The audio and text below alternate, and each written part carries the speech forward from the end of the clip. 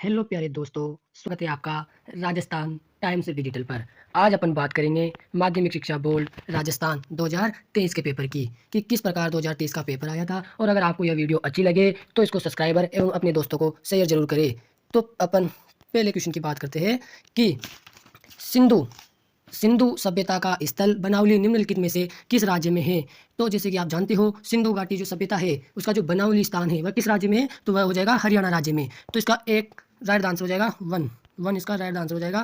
फिर उसके बाद में बात करें अपन दूसरे क्वेश्चन की, तो दूसरे क्वेश्चन की बात करें तो दूसरे क्वेश्चन नेक्स्ट क्वेश्चन, किस राज्य को प्राचीन काल में मगध कहा जाता है, यानी कि ऐसा कौन सा राज्य है जिसको प्राचीन काल में मगध कहा जाता है। तो इसका राइट ऑप्शन हो जाएगा बी, यानी कि बी मगध, है ना। मगध को क्या कहा जाता है, प्राचीन काल में अवध कहा जाता है।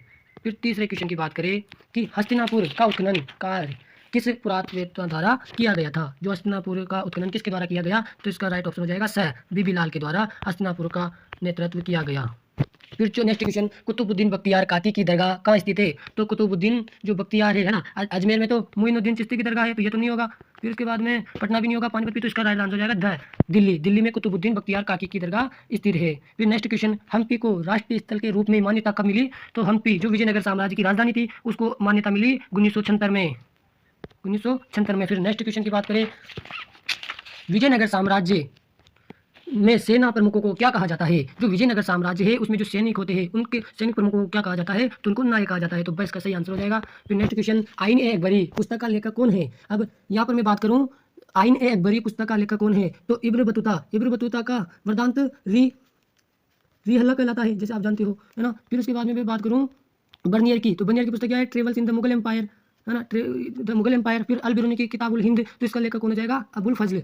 ऑप्शन सही हो जाएगा, आइन अकबरी के पुस्तक जो है उसके लेखक है अबुल फजल, है ना। फिर नेक्स्ट क्वेश्चन, मुगल वंश का अंतिम शासक, मुगल वंश का अंतिम शासक कौन था। तो उसका अंतिम शासक था बहादुर शाह जफर द्वितीय, जो दिल्ली का शासक भी था, है ना।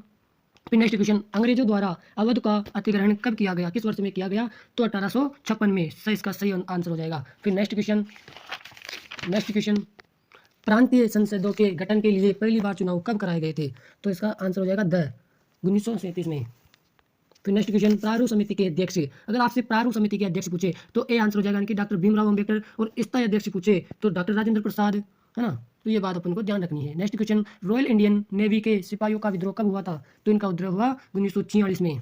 तो इसका ब आंसर सही हो जाएगा। फिर नेक्स्ट क्वेश्चन, खालिस्तान की बात करें तो खालिस्तान में पहला क्वेश्चन दे रखा है, चाणक्य मौर्य शासक खालिस्तान के मंत्री थे, तो किसके थे, तो इसका आंसर हो जाएगा चंद्रगुप्त, चंद्रगुप्त के मौर्य के शासनकाल के मंत्री थे, है ना। फिर नेक्स्ट क्वेश्चन की बात करें, शक शासक रुद्रदामन द्वारा खालिस्तान सरोवर का जीर्णोद्धार करवाया गया था, तो किसका, तो सुदर्शन झील, है ना, सुदर्शन झील इसका सही आंसर हो जाएगा। तो सुदर्शन झील इसके द्वारा कराई गई थी रुद्रदामन के द्वारा। फिर इब्न बतूता, जैसे कि मैंने पहले बताया आपको, इब्न बतूता के यात्रा वृत्तांत रिहल्ला कहलाता है। क्या कहलाता है, रिहल्ला, है ना, रिहल्ला कहलाता है।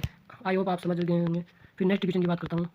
नेक्स्ट क्वेश्चन है, शेख निजामुद्दीन औलिया के अनुयायी उन्हें खालिस्तान कहकर संबोधित करते थे, तो क्या करते थे, सुल्तान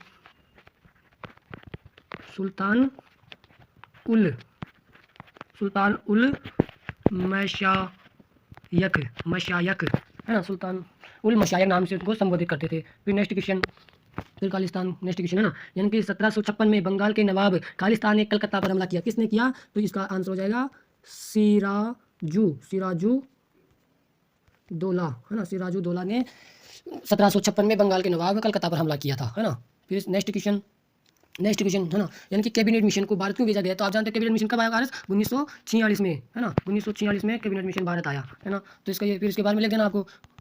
नेक्स्ट क्वेश्चन है, महात्मा गांधी के दलित प्रत्यक्ष सार्वजनिक मांग का विरोध क्यों किया था, तो ये आपको अनुच्छेद, है ना, नेक्स्ट क्वेश्चन अनुच्छेद संविधान सभा, है ना। तो ये आपको ये सभी क्वेश्चन आपको याद कर लेना है, और इसके आपको PDF चाहिए तो मुझे DM कर देना।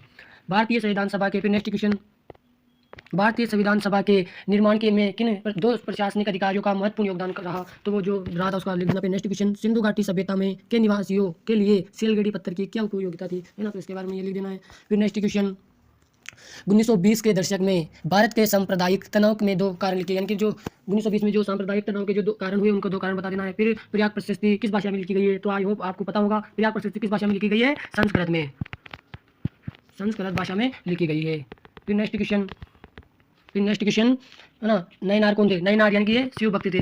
क्या थे? शिव भक्त। और अलवार, अलवार विष्णु भक्त थे। ये आपको ध्यान रखना है, इनमें से आपको जरूर मिलेगा एक क्वेश्चन। फिर तालीकोटा का युद्ध अन्य किस नाम से जाना जाता है? तो तालीकोटा के युद्ध को अन्य राक्षसी तांगड़ी, है ना। मैं यहाँ पर छोटे छोटे क्वेश्चन है उनको ही हल कराऊंगा क्योंकि वीडियो ज़्यादा बड़ा हो जाएगा, इसलिए, है ना। राक्षसी तांगड़ी, तालीकोटा का अन्य नाम क्या है? राक्षसी तांगड़ी। और कमेंट में आप बताएंगे तालीकोटा का युद्ध कब हुआ था? तांगड़ी, है ना। फिर next question, Asia Asiatic society of Bengal की स्थापना किसने की थी? तो यह स्थापना कब हुई? पहले तो आपको यह याद रखना कि कब हुई है, 1784 में। 1784 में स्थापना हुई। और किसने की? Sir sir William sir William Jones ने, हाँ, सर विलियम जोन्स ने इसकी स्थापना की। फिर next question, gateway of Indian किस स्थापत्य शैली का उदाहरण है? तो यह किसका है?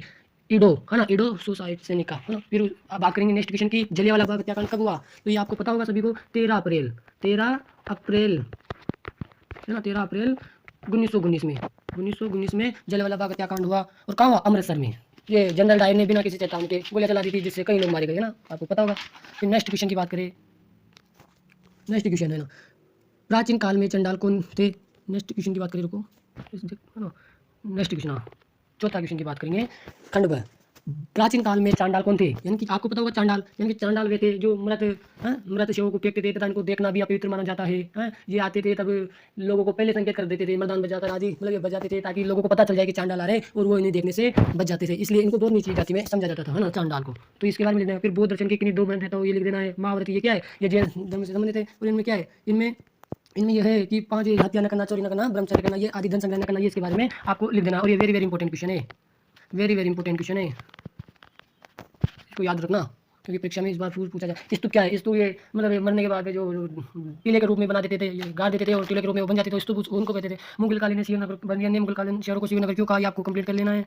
फिर नेक्स्ट क्वेश्चन, इब्न बतूता ने मोहम्मद बिन तुगलक को कौन सी जिम्मेदारी दी? हाँ, इब्न बतूता मोहम्मद बिन तुगलक था, वह इब्न बतूता की विद्वता तथा महानता से खुश हुआ और उसे दिल्ली का न्यायाधीश यानी कि काजी के पद पर नियुक्त कर दिया था, है ना, नियुक्त कर दिया था। फिर उसके बाद में कृष्णदेव राय की किन्हीं दो विजय का नाम, है ना, कि उन्होंने क्या कलिंग पर विजय तो नहीं की उसने, सॉरी, कलिंग पर तो अशोक ने की थी, है ना, तो इसके याद कर लेना है। फिर मंजिल, आबादी और सिपाही के बारे में आपको पता होगा और आप कर लेना इसको भी।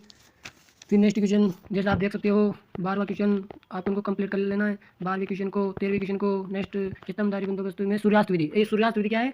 सूर्यास्त विधि में मतलब जो जमीन, जो राजस्व होता था वह सूर्य डूबने से पहले चुकाना होता था, है ना। और अगर अपन ऐसा नहीं कर सकेंगे तो हमारी जमीन को नीलाम कर लिया जाएगी, अर्थात उसको हड़प लिया जाएगा, है ना। संताल विद्रोह के कोई दो कारण क्या हुआ? संताल विद्रोह का दो कारण जैसे कि आप जानते हो, यानी कि जो दामिनी को के नाम से जो इलाकों का सीमांकित किया गया था, है, उस पर, तथा जो संतालों ने जो जमीन को उपजाऊ बनाया था उस पर सरकार भारी कर लगा रही थी, है ना। तो इसे इसके बारे में आपको लिख देना है। फिर नेक्स्ट क्वेश्चन 16, मुस्लिम लीग के कैबिनेट मिशन के प्रस्तावों का अस्वीकार क्यों कर दिया था? इसका आपको तैयार कर लेना है। फिर नेक्स्ट क्वेश्चन, सिद्ध कीजिए कि औपनिवेशिक शहर एक शासकों की वाणिज्यिक संस्कृति को प्रतिबिंब करते थे। फिर नेक्स्ट क्वेश्चन 1857 के विद्रोह में मौलवी अहमदुल्ला शाह के योगदान को उल्लेख कीजिए। आप जानते हो मौलवी अहमदुल्ला शाह, है ना, जो, है ना, जो जिसे डंका के नाम से भी जाना जाता है, ये बात आपको ध्यान रखना है। और बताए बहादुर वीरता के लिए जाने जाते हैं। फिर नेक्स्ट क्वेश्चन, फिर अपन बात करेंगे नेक्स्ट क्वेश्चन की, कबीर के उपदेशों का वर्णन कीजिए, आपको पता होगा। फिर नेक्स्ट, मेगस्थनीज द्वारा उल्लेखनीय मौर्यकालीन में सैन्य प्रशासन का वर्णन कीजिए ना, तो ये आपको पता होगा।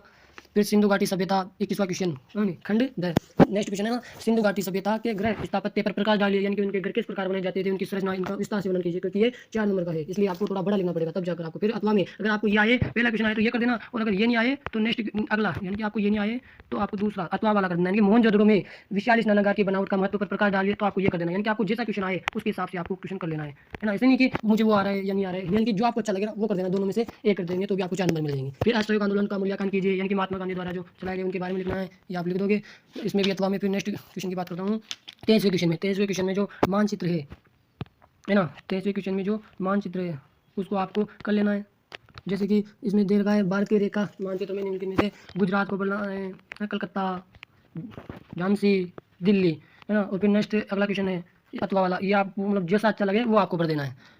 और आपको मैप की जरूरत है तो ये मैप आ गया, है ना, इसमें आपको भर लेना है कि दिल्ली यहाँ पर है ना, फिर ये राजस्थान हो गया, है ये मध्य प्रदेश, तो ऐसे आपको ये गुजरात इधर, है ना, ये तो आपको ऐसे भर लेना। आई होप आपको वीडियो अच्छा लगा होगा, आपका पूरा सपोर्ट अपन को दीजिए ताकि अपन और अपने आप में इनहेंस कर सके। थैंक यू, धन्यवाद, आज की क्लास यहीं तक।